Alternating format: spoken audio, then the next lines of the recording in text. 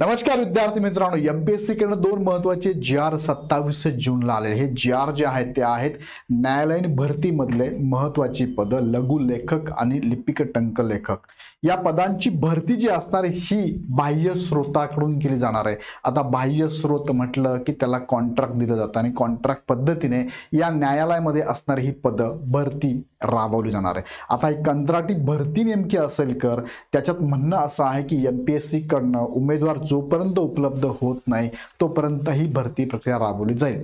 आता याचा निश्चित परिणाम काय होऊ शकतो आणि येणाऱ्या कालावधीमध्ये या भरती प्रक्रिया राबवल्या जाणार की नाही की ही जर सुरुवात होत असेल कंत्राट पद्धतीने तर हे काय होणार आहे। सो याबद्दल थोडक्यात माहिती आपण जाणून घेऊया आणि माहिती जाणून घेतल्यानंतर यावर तुम्हाला काय वाटतंय कमेंट बॉक्समध्ये नक्की मला कमेंट करून सांगा। आज बघूया आपण कंत्राटी भरती कोणत्या विभागात होणार आहे, कशी प्रोसेस त्याची असणार आहे आणि एमपीएससी भरती होणार नाही का मग असाही काही प्रश्न थोडक्यात येतोय।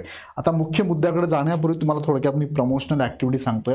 इग्नाइट अकॅडमी कडनं तुमच्यासाठी येणाऱ्या ह्या जुलैमध्ये गट ब ची जाहिरात येणार आहे आणि सप्टेंबरमध्ये गट क ची जाहिरात येणार आहे। सो गट ब आणि गट क च्या जवळपास 10 वेगवेगळ्या पदांसाठीची जाहिरात आहे, ज्यामध्ये कंबाईनमध्ये PSI STISO SR असेल किंवा गट क मध्ये तुम्हाला टेक्निकल असिस्टंट टॅक्स असिस्टंट असेल, डिपार्टमेंटल ज्याला आपण याला म्हणूया आपण एक्साइज मधला PSI पद असेल किंवा क्लिरिकल लेवलच्या एक्झाम असेल, इंडस्ट्रियल ऑफिसर असेल आणि MVI असेल। सो याची जाहिरात अपकमिंग आहे। त्यासाठी तुम्ही जर तयारी करत असाल ना तर तुमच्यासाठी इग्नाइट अकॅडमीने हा जो कोर्स आणला आहे जो प्रिलिमचा पण वेगळा आहे, मेन्सचा पण वेगळा आहे, ज्यामध्ये प्रत्येक विषयाच्या फॅकल्टी वेगळे आहे आणि त्या सगळ्या फॅकल्टीचे सेशन दररोज संध्याकाळी 6 वाजता यूट्यूबवर लाईव्ह चालतात। जसं की आता पॉलिटिकल परशुराम सर आहे, जॉग्राफी मी स्वतः घेतोय, इकॉनॉमिक्सला प्रतीक सर आहे, सायन्सला राजेश जाधव सर आहे, मॅथ रीजनला किरण पाटील सर आहे, करंटला अमोल गाडेकर सर आहे, मराठी इंग्लिशचे पण सेशन शेळके सर आणि बुडके सर घेत आहे। सो हे सगळे सेशन तुम्हाला इथे पाहायला मिळत आहे। सो तुम्ही बघा ते सेशन आणि जे विद्यार्थी गट ब गट क ची तयारी करताय खूप चांगल्या पद्धतीने ही बॅच तुमच्यासाठी असणार, ज्यामध्ये तुम्हाला प्रत्येक विषयाला फॅकल्टी सेपरेट आहे, अनलिमिटेड विवेक किती वेळेस बघू शकता तुम्ही, ऑनलाईन PDF स्वरूपात टेस्ट आहे, विकली आणि चॅप्टर वाईज टेस्ट आहे, अधिकारी संवाद आहे, पर्सनल काउन्सिलिंग आहे, डाऊट क्लिअरिंग सेशन पण असणार आहे। सो ह्या दोन्ही बॅचेस आहे। यामध्ये तुम्हाला फक्त प्रिलिम घ्यायची असेल तर 7 जुलैपासून बॅच आहे 5,999 प्लस GST आणि इथे पूर्व प्लस मुख्य एकत्र केली तर ती आहे 6,999 प्लस GST। सो लगेच तुम्ही ॲप डाउनलोड करून परचेस करू शकता। काही शंका असेल आमच्या टीमला विचारू शकता। आता बघा 2 जी.आर आले 27 जून 2025 चे जी.आर, त्याचा उल्लेख बघा त्यांनी विषय काय मांडला, सरकारी वकिलांचे कार्यालय उच्च न्यायालय मूळ शाखा मुंबई, उच्च न्यायालयाची मूळ शाखा मुंबई या कार्यालयातील लघु लेखक निम्न श्रेणीचे 3 पद, लघु टंकलेखकचे 2 पद आणि लिपिक टंकलेखकचे 35 असे एकूण 40 रिक्त पदांच्या सेवा महाराष्ट्र लोकसेवा आयोगाकडून नियमित उमेदवार उपलब्ध होईपर्यंत बाह्य यंत्रणेद्वारे घेण्याबाबत।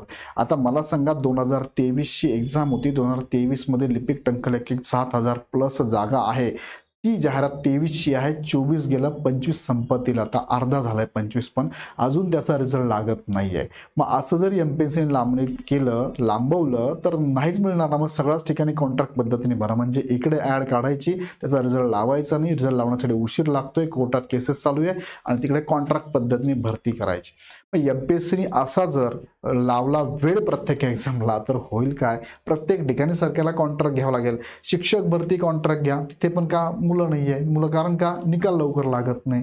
त्याचप्रमाणे ZP भरती असेल, त्याचप्रमाणे एमपीएससीच्या सगळ्या एक्झाम्स बघा तुम्ही, जर इतक्या वेळ लागत असेल तर पहिले सरकारने हे बघायला पाहिजे की इथे जर वेळ लागत असेल मॅन पॉवर कमी आहे का, काय इश्यूज येतात, त्या ठिकाणी माणसं अपॉइंट करून प्रॉपर योग्य व्यक्ती अपॉइंट केला गेला पाहिजे आणि त्याचं शेड्यूल रेग्युलर केलं गेलं पाहिजे की एका वर्षाच्या आत तुम्ही निकाल लागलाच पाहिजे, असं काहीतरी शेड्यूल लावा।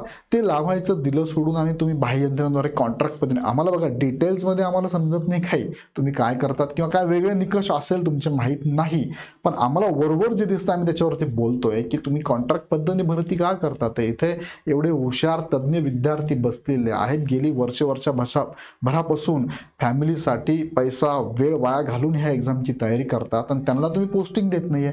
आणि तुम्ही अशा कॉन्ट्रॅक्ट पद्धतीने भरती करणार आहात.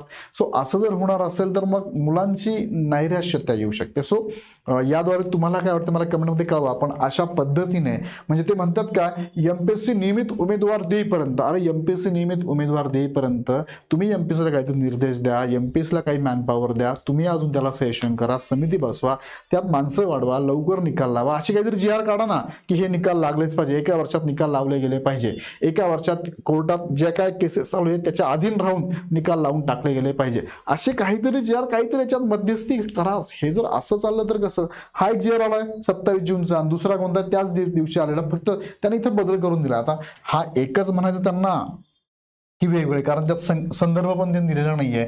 बघा त्याच ज्या न्यायालयामध्येच आहे लघुलेखक निम्न श्रेणी 3, लिपिक टंकलेखक 20, एकूण 23 अशा जागा. आता हे कदाचित दोन्ही, हा पहिले जी आर आला तो नंतर आला, माहित नाही, दोन्ही जी आर दिसतात, दोन्ही जी आर तुम्हाला मी दाखवले. सो या लिपिक पद्धतीच्या, लिपिक टंकलेखकच्या प्लस लघुलेखकच्या ज्या जागा आहेत त्या भरल्या जाणार आहेत. बघा लघुलेखक आणि निम्न श्रेणी लघुलेखक जी आर पण तुम्हाला मी दाखवतो. बघा हे जी आर आलेले अशा पद्धतीने हा जी आर आहे. हा पहिला जी आर तुम्हाला दाखवतोय ज्यामध्ये 40 रिक्त जागांसंदर्भात सांगितलं त्यांनी. आणि एमपीएससी जोपर्यंत देत नाही तोपर्यंत म्हणणं, त्यांनी समिती घेतली, ती बैठक झाली, बैठकीत निर्णय झाला. एवढ्या मोठ्या समित्या एवढ्या मोठ्या बैठक घेतात, तर कॉन्ट्रॅक्टसाठी एवढी बैठक घेतात तुम्ही. त्याला कॉन्ट्रॅक्टसाठी घेण्यापेक्षा एमपीएससीचं कार्यपद्धती अजून बदलाबाबत काही घ्या ना.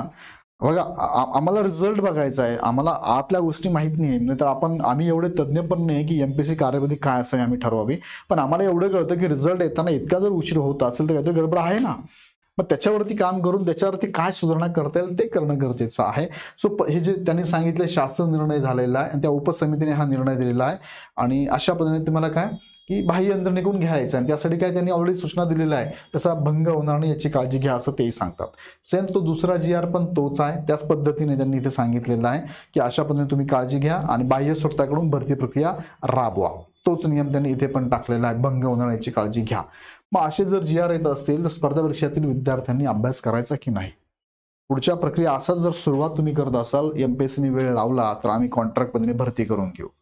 मग कसं चालायचं, कॉन्ट्रॅक्ट पद्धतीने कामं होतील का चांगली, कॉन्ट्रॅक्ट पद्धतीने ज्याला तुम्ही कॉन्ट्रॅक्ट देताय तो कुणाचा माणूस आहे, काय याचे निकष आहे, कसं करणार ते, या संदर्भात योग्य तो निर्णय सरकारने पण आणि एमपीएससीने बसून करायला हवा. अशा पद्धतीने भरतीला आपण विरोध करतो असं नाही व्हायला पाहिजे. सो तुम्हाला काय वाटतं कमेंटमध्ये कळवा. काही विद्यार्थ्यांचं म्हणणं असतं मला वेगळे ग्रुप करायचेच नाही, काही म्हणतात सर होत आहे तर होऊ दे ना कॉन्ट्रॅक्ट पद्धतीने. बघा पण हे कॉन्ट्रॅक्ट पद्धतीने घेतलं तर ही सुरुवात जर पायंडा पडला तर भविष्यामध्ये स्पर्धा परीक्षा नामशेष होतील. कॉन्ट्रॅक्ट पद्धतीने कॉन्ट्रॅक्ट त्यांनाच भेटेल जे सरकारचे जावई असतील. समजते मला काय म्हणायचं. मग कॉन्ट्रॅक्ट तुम्हाला आम्हाला नाही मिळणार आहे, आम्ही शोषित होणार त्या कॉन्ट्रॅक्टदारा जो असतो ना त्याच्या हाताखाली. मग तो ठेवेल नाही तर नाही ठेवेल याचा सरकारचा तुमचा काहीच संबंध नाही. सरकार म्हणजे जे काय गव्हर्नमेंट असेल त्यांनी जे कॉन्ट्रॅक्ट ज्याला दिलंय याच्याशी त्याचा कॉन्टॅक्ट असेल. ह्या कॉन्ट्रॅक्टरकडे जे काय पर्सन असतील यांच्याशी सरकारचं काही देणं घेणं नाही. सरकार फक्त याला नियमावली वगैरे देऊ शकते, बाबा असं असं असं असं घे, पण यांच्या ह्या व्यक्तीशी तुम्ही डायरेक्ट इथेच कॉन्टॅक्ट करणार, तुम्ही इथे कॉन्टॅक्ट करू शकत नाही, असं होणार आहे. मग असं काय गडबड होऊ शकते भविष्यामध्ये. सो याबद्दल तुम्हाला काय वाटतं कमेंटमध्ये कळवा. आणि अपकमिंग एक्झामसाठी तुम्ही तयारी करत असाल राज्यसेवेची पण, यूपीएससीची पण आणि कंबाईनची पण, तर इग्नाइट अकॅडमीकडनं तुम्हाला सेपरेट प्रत्येक विषयाची टीम तुम्हाला आता ऑलरेडी यूट्यूबवरती मार्गदर्शन करत आहे. आता तुम्हाला उद्यापासून स्टेट बोर्डचे सेशन चालू होतील फ्रीमध्ये. स्टेट बोर्डचे सेशन दररोज असणार आहे संध्याकाळी.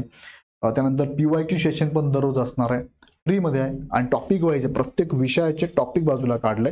फॉर एक्झाम्पल नदी प्रणाली, जॉग्राफी, नदी प्रणालीचे सगळे आत्तापर्यंत आलेले प्रश्न तुम्हाला घेऊन आम्ही येत आहोत. सो यासाठी आमची टीम प्रचंड काम करते आणि सगळं बघण्यासाठी तुम्ही यायला पाहिजे, कारण हे फ्री ऑफ कॉस्ट आम्ही तुम्हाला देतोय, यूट्यूबवरच देतोय. नक्की बघा, याचा फायदा तुम्हाला होईल. गट ब आणि गट कला यासाठीची प्रिलिमची पण बॅच आपण वेगळी घेतलेली आहे आणि प्रिलिम प्लस मेनची पण बॅच घेतलेली आहे. दोन्ही बॅचेस 7 जुलैला चालू होत आहे. फीमध्ये तुम्हाला बघा, फक्त प्रिलिम घेतली तर 5,999 प्लस GST आहे आणि मेन्स घेतली तर 6,999 प्लस GST मध्ये अवेलेबल आहे. फार कमी फीमध्ये 5 महिने वेळ तुमच्याकडे आहे. एक्झाम तुमची 9 नोव्हेंबर आणि 30 नोव्हेंबरला होणार आहे. सो आत्तापासून तयारी लागलात तर तुमच्याकडे 4.5 महिने हातात मिळत आहे. सो जबरदस्त तयारी करा आणि तयारी करताना मार्गदर्शनासाठी इग्नाइट अकॅडमी हा चांगला ऑप्शन आहे. त्यासाठी आपण ॲप डाउनलोड करून डायरेक्ट परचेस करू शकता. काही शंका असेल तर 88 88 99 116 ह्या नंबरला कॉल करून माहिती घेऊ शकता. व्हिडिओ आवडला तर लाईक करा, चॅनल सबस्क्राईब करून बेल आयकॉन क्लिक करा आणि तुमच्या मनात काही प्रश्न असेल कमेंट बॉक्समध्ये नक्की टाका. पुन्हा भेटूया नेक्स्ट व्हिडिओमध्ये. धन्यवाद.